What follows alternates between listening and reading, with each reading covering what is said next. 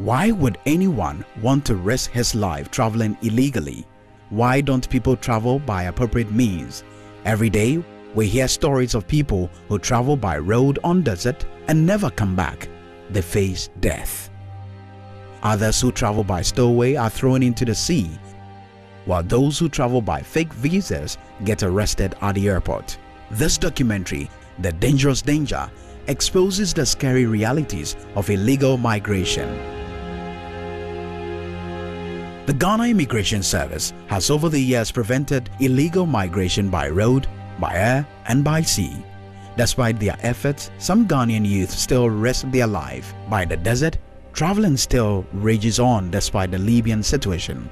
Some people who have even heard stories from those who have seen it, those who saw others die on the desert, those who saw others drown on the waters, still will want to go back.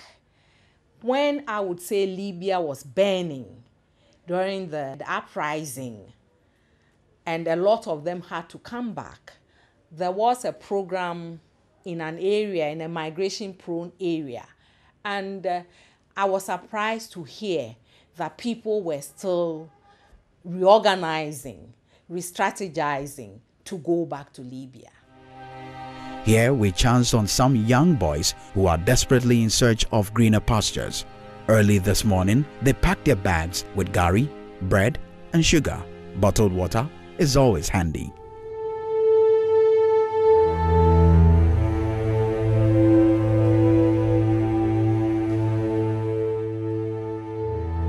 On the windy and hot desert, these young Ghanaians trek for miles.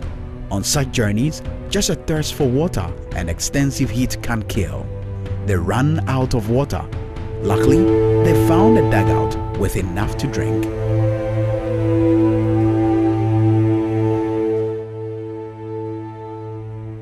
As they journeyed, the unusual but imminent danger loomed.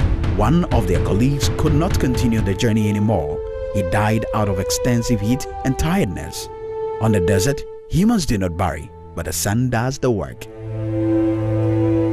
Debris of the dead such as these are common. Death out of tiredness is not the only danger that awaits anyone traveling on the desert, but armed robbers known as Gal boys. They attack travelers and take their money and belongings.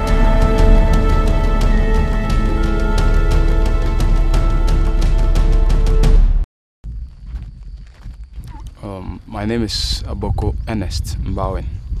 I come from Boxua. A friend of mine was very eager. He said no matter what, he had to go to the white man's land.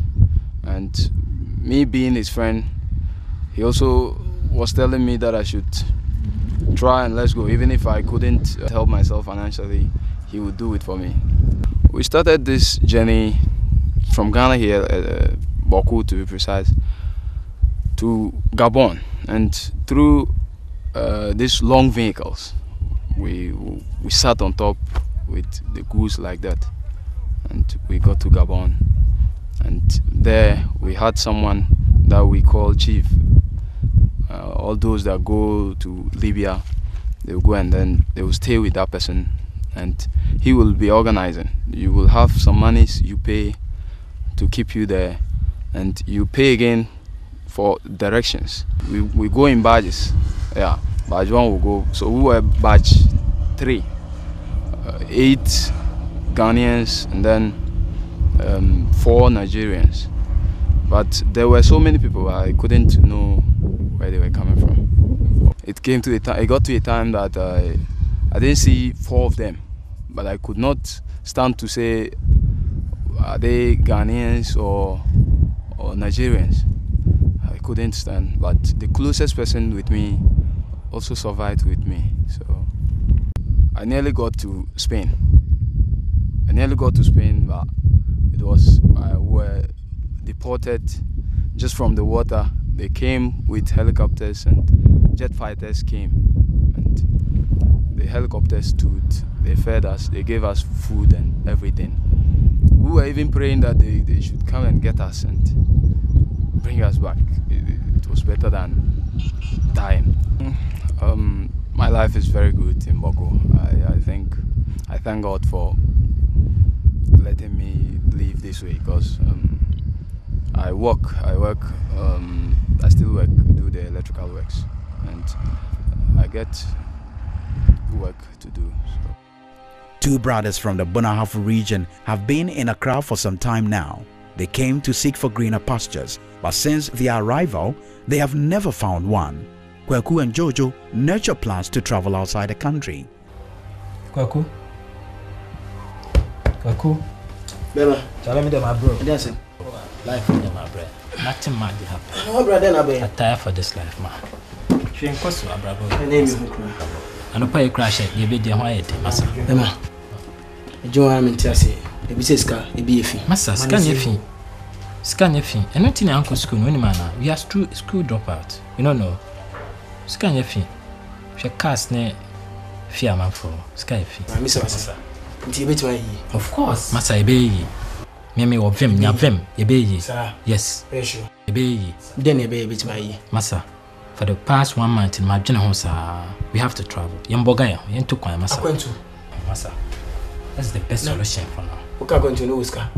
How do we to Massa, I know this connection guy. It be brutal. Connection man. It be sharp, Massa. It be brutal. The same people go abroad. Yeah. I can't. Sure. Seriously. Now who can connection man? What they can call a conto? Connection man. Now Oscar, only if you know sorry yet here. Then I will. Scan it down. No, Massa. Can I say you the Behema hospital? Or you so the car? Yes, I you know. And when I say it took my from connection man. Give me for only option, man. When you say the name the yinam, says Kawi, it took Kwaya, a qua brochura, a being Jumania dollars, euros. Kosher exchange rate. A being scab a cleckless anima winina. Benifosu Kai, it the name the yinam. Of course. Massage. Pure Jumnajane. Charlie, Yanye. Deal, Yanye. Ati, into Kwai. At the airport, Kwaku and Jojo patiently but doubtfully wait for the connection man. Bema, your time now. 1 hour pound. Where you so in power? Real beba. Real questions doors. Best 75 be and son of the prayers. Yakuma beba. Finally, the connection man, Blue Ray, arrives in a blue car. So Saturday. Ray.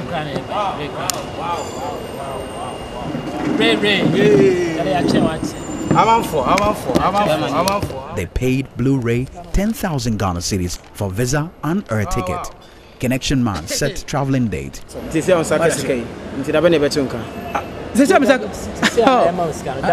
money problem. Money is gonna be money how? 5 days from now. 5 days. And then you are me someone for Monfa Sunday Nanka Tuesday. Yeah, no, you're Tracy Kaguho, and my embassy. No, baby, I okay, ma'am. I say, money how we are. Hey, Jojo, money how? What I say? Yeah, man, no, money how? Messi, a bomb home, I brought you.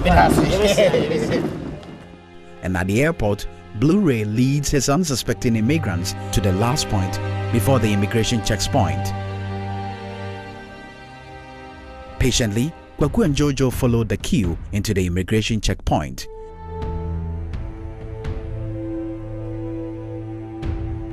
They got diverted by an immigration officer. He asked them to enter an office which handles issues regarding illegal travels.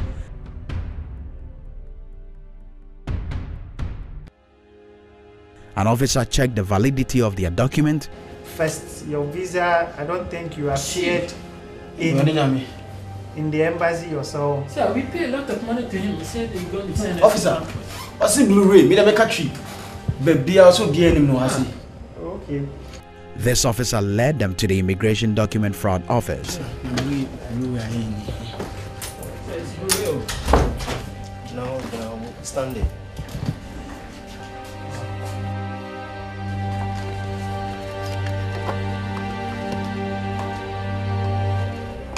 And if you read the second paragraph, it says it is a valuable document and should not be altered in any way or allowed to pass into the possession of an unauthorized person. Into Ukoji visa and now anything on your travel document, you have to go to the right place We are muhu ni say no ma bebre wo mu you can't see with your eyes. Into obi de ninsa kan bibi ano ye bibi wo mu pe. Ehun be ba asem. Say na me kire wi. Wo document. Mo hu ni say a plain document.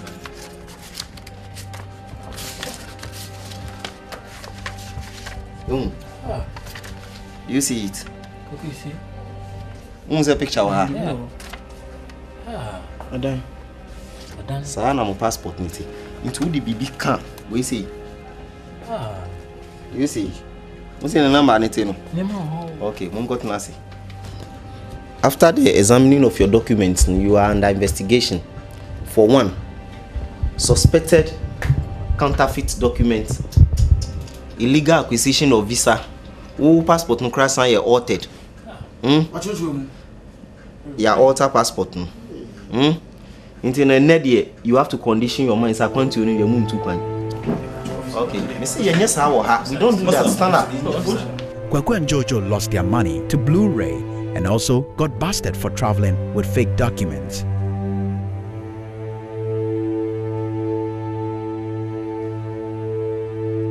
Most times, unsuspecting migrants who deal with connection men are given hard drugs to transport to other destinations, and money laundering is highly practiced by these facilitators. What constitutes migrant smuggling? Of course, people wanting to travel outside for greener pastures. Now, you notice that it is not easy to go the legal way. People going through the embassies, etc., to take visas to travel legally. That is where the connection man comes in. The connection man, in this instance, becomes the facilitator of whatever it is, whether illegal entry or illegal exit. So the person who wants to travel, who in this instance we will call the migrant, finds somebody who can help him to travel, pays that person, and the person facilitates his travel. The facilitation could be by way of acquiring fraudulent documents in terms of a passport, a visa, which could be fraudulent, or it could be legally, properly acquired, but would have been, the information provided could have been wrong. Migrant smuggling comes into play when that person who facilitates your entry or departure takes something from you, either directly or indirectly. Another dangerous means of illegal traveling is by stowaway. At the Tema Harbor on a busy Friday afternoon, a Sean who calls himself Hustler found his way into Syrian vessel MV-DST Quinn. Before takeoff, a vessel officer searches for possible stowaways on board. Sean was hiding in one of the lifeboats. We found one stowaway in the rescue boat.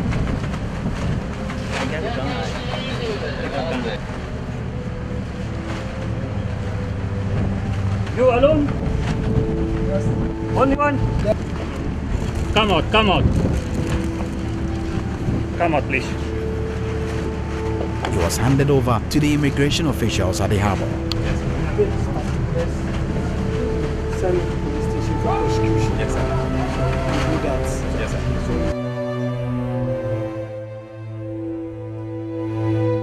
Sometimes, ship captains can be friendly and hand over stowaways to the immigration officers. Other times, some captains become unfriendly and would end a stowaway's life by throwing him or her into the sea. The Migration Information Bureau, established by the Ghana Immigration Service in 2006, provides information on safe and humane migration. The Ghana Immigration Service in 2006 established a Migration Information Bureau to gather information on migration and disseminate information on migration to potential migrants to enable them make informed decisions on whether to migrate or not to migrate, on the countries to migrate to in order to benefit from their migration. The Ghana Immigration Service Anti-Migrant Law Act 848 of June 2012 makes it a criminal offense for anyone to indulge in migrant smuggling, and it is an act punishable by law. Ghana last year in June, passed the Anti-Migrant Smuggling Law as an amendment to the Immigration Act, and that became the Immigration Act 848. Now, that law makes migrant smuggling an offense in Ghana. So anybody who engages in migrant smuggling now in Ghana has committed an offense and is liable to prosecution.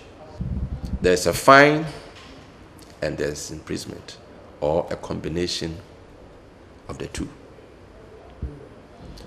Now, you will realize that before this law was passed, you could not really target them. So we were using general immigration laws to prosecute people who engage in migrant smuggling. So, for example, we could prosecute you for providing fraudulent documents to another person, or possessing fraudulent documents, or helping somebody to acquire a document. And the penalty was soft.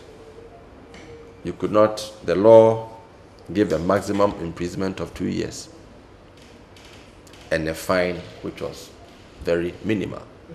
But with the passage of this new law, the Act 848, it's been moved higher. The punishment is stiffer. Where a fine is imposed, the fine is not less than 7,500 Ghana cedis and not more than 15,000 Ghana cedis. Since established last year, the Anti-Human Smuggling and Trafficking in Persons Unit of the Ghana Immigration Service has been dealing with migrant smuggling issues, data handling, and research into human trafficking and smuggling. ASTIP is the Anti-Human Smuggling and Trafficking in Persons Unit of the Ghana Immigration Service. It is a special unit that has been set up to fight human smuggling, migrant smuggling, and human trafficking. And beyond that, they build data on migrant smuggling. As they investigate, they build the data, they establish their trends, and then they exchange information with other security services.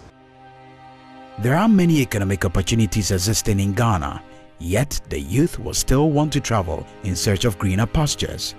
This is mostly through illegal means, by stowaway, by fake documents, or by the desert.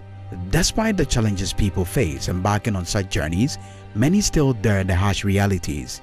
Economic activities such as crop farming, fish farming, taxi driving, hair cutting, and many others.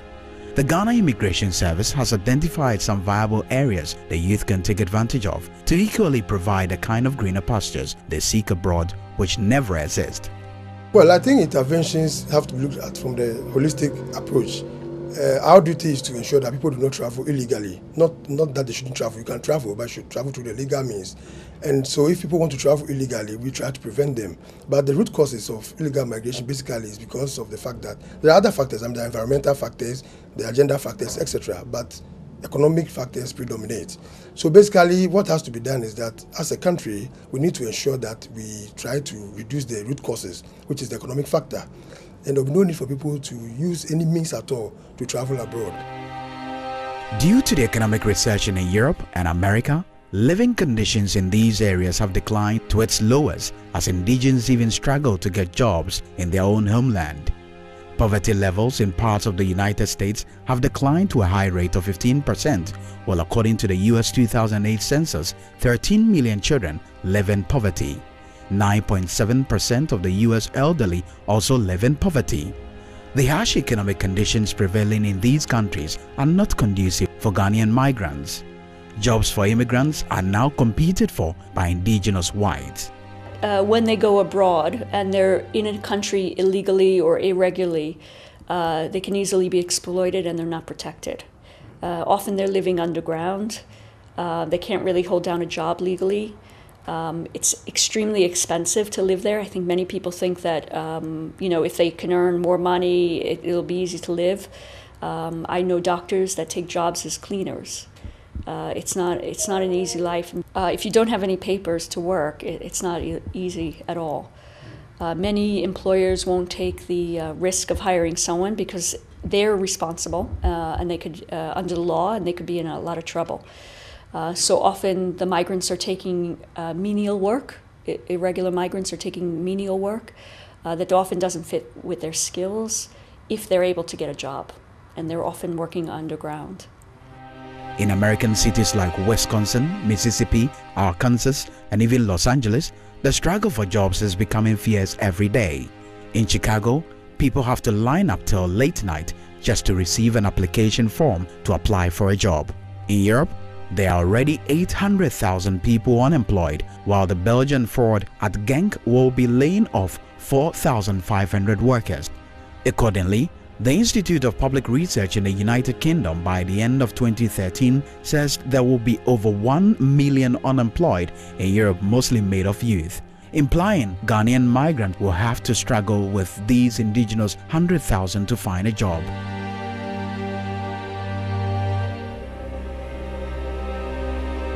In Ghana, many economic opportunities abound. The pastures have always been greener than elsewhere. There are jobs in crop farming, fishing, trading, and artisanship. Ejuma yesore ase ejuma ni Ghana so ejuma wa hapa. Uton pia watakura ubedidi. Wo sole nkwa na ka kire wade se me konkon ade ade obeye bia no ebeye yie ama wo na so anya bia di. Ti yenya ntama ye pe ye ho meba na mlante wo mo pere ye ho ne ani bere a wo mo ye na wo mo nya adwuma wo mo nya ase wo ye nya ntime so mi ko pe bi no mo fa kwanbone so no fa so bia ni so. Pase wa wo hwe ne ma metonton ye eye ye bibi mamu niama yankasa ye di Ghana ha ye di ensane ade a hyeda ye ahanso hwa akoy bebi abrofo no base a holiday say na omutim behwe niama ye wono no mafaso to bi say ye adwuma na so yen enye ye adwen say ye ko ne ya akotena obi ma so a ye bibi da bi ye ne ano ya create ye de wo Ghana ha dada. Farming is providing a good earning for those who venture into it. Young Ghanaians who have ventured into it are able to cater for themselves and their family using the proceeds from these farms. Ghana, for instance, is yet to realize its full agricultural potential, providing food security and exporting the surplus to other countries. The more reason why the state has the Youth in Agriculture program, where young people form groups and receive assistance in farming. Some young farmers have been sharing the experiences. Ye store no but na ye phone na ye nya enyama na se na ye nya no but ye nya nchechire no ye no eboa ye ma ye nya sika de share store no mo oye no ye 2 acres nti o say be 22 million but onya be 90 million alaka mi dina mo le gbelecha mi mo tan kwa na mo le suba ayo va remi voir. 2009 Ghana overflows with many rivers and a vast coastal belt which guarantees abundant provision of fish, yet the nation is unable to meet the demand. Currently, the 800 metric tons demand is met by only 27,450 metric tons. These suggest there is more to do to meet the demand and export. This is, however, enough a greener pasture for anyone who wants to make a meaningful living out of fishing. Many young Ghanaians have started investing in fish farming, especially tilapia farming, across the nation. A day we sell 10, 11 to 13 tons, depending on what the customers are buying. They bring the fish to this side and we sort them. As you can see, my guy sorting. We have different sizes. We have regular size 1, size 2, and size 3. Taxi driving is yet another area every young man in Ghana can venture into. Many believe taxi driving is not lucrative enough. At least, it is better than going abroad to search for jobs which never exist. Oh, can ever? I so yeah.